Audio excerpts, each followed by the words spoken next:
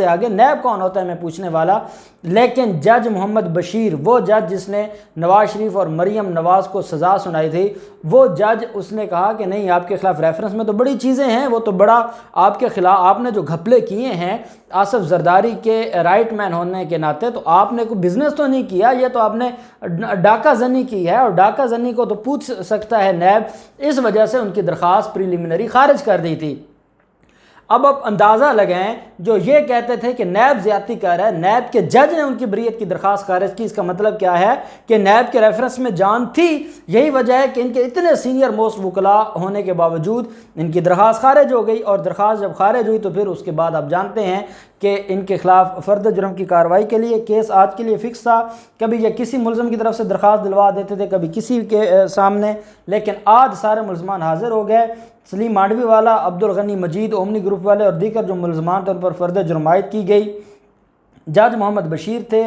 تفتیشی افسر اس میں نیب کا تفتیشی افسر مدثر حسین تھا، اور پروسیکیوٹر نیب وسیم جاوید عدالت کے روبرو پیش ہوئے۔ جج محمد بشیر کے روبرو ملزمان سلیم مانڈوی والا، اعجاز ہارون، عبدالغنی مجید اور باقی جو ملزمان ہیں ان پر فرد جرم عائد کی گئی۔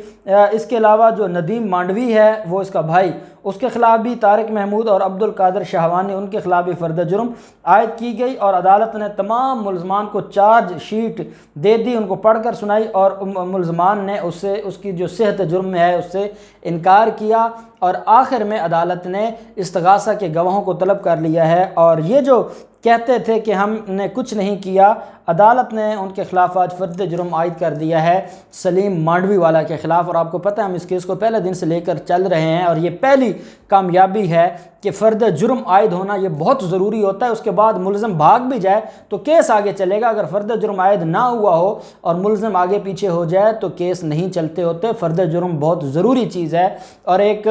کرمنل ٹرائل میں سب سے اہم جو قدم ہے وہ فرد جرم ہوتا ہے، جس کو ہم فریمنگ آف چارج کہتے ہیں، تو یہ سارا معاملہ جو ہے وہ بڑا ضروری تھا۔ 221 سیکشن ہے سی آر پی سی کا، 221 سے 240 تک، 239 240 تک فریمنگ آف چارج کے سیکشنز ہیں، 20 سیکشنز ہیں، بڑا امپورٹنٹ وہ سبجیکٹ ہے ہمارے کرمنل لاء میں۔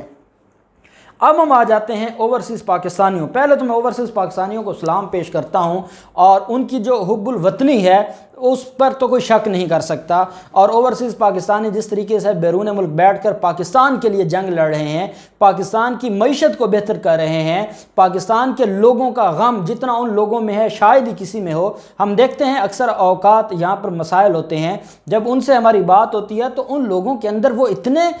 جو کانشیس ہیں، وہ اتنے سینسٹیو ہیں پاکستان کے معاملات اور پاکستانیوں کے معاملات میں، اور پھر آپ کو پتہ ہے کہ میری کیونکہ زیادہ ڈیلنگ رہتی ہے اوورسیز پاکستانیوں کے ساتھ، ان کے کیسز کو لاہور اور گرد و نواح کے جو علاقے ہیں جہاں پر ان کے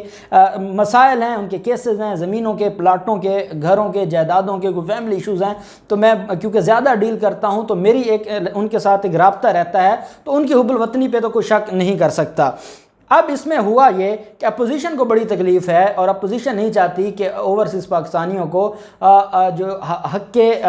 ووٹ ملے اور وہ ووٹ کا حق استعمال کر سکیں۔ وزیر اعظم عمران خان ایک آرڈیننس لے کر آئے، اور اس آرڈیننس کو پھر وہ بل بھی پیش کیا گیا، اور اس کے مطابق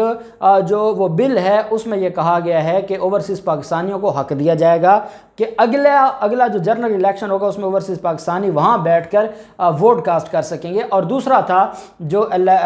الیکٹرانک ووٹنگ کا۔ اپوزیشن کو بڑی تکلیف ہے، اپوزیشن نہیں چاہتی کہ بیرون ملک پاکستانیوں کو حقوق ملیں، اور آپ جانتے ہیں کہ نون لیگ اسحاق ڈار ہوں یا جو لیگی ارسطو ہے، انہوں نے تو اس حد تک کہا کہ بیرون ملک پاکستانیوں کو کیا پتہ کہ پاکستان کے کیا حالات ہیں، بھائی جو وہاں بیٹھ کر محنت مزدوری کر کے پاکستان کو پیسے بھیج رہا ہے، جب وزیر اعظم عمران خان نے پیسہ یا فنڈ مانگا ہے تو سب سے زیادہ بیرون ملک پاکستانیوں نے دیا ہے، اور آج ہماری معیشت میں سب سے جو بغیر کسی لالچ کے کردار ہے تو وہ اوورسیز پاکستانیوں کا ہے۔ ان کو آپ حق نہیں دیتے، کیوں حق نہیں دیتے؟ کیونکہ اوورسیز پاکستانی عمران خان کے ساتھ کھڑے ہیں، اوورسیز پاکستانیوں کو یہ پتہ ہے کہ ہم امریکہ میں، یو کے میں، ہم آسٹریلیا میں، ہم سوئٹزرلینڈ میں کہیں بھی بیٹھے ہوں گے اور ہم بتائیں گے کہ ہمارے ملک کا وزیر اعظم عمران خان ہے، تو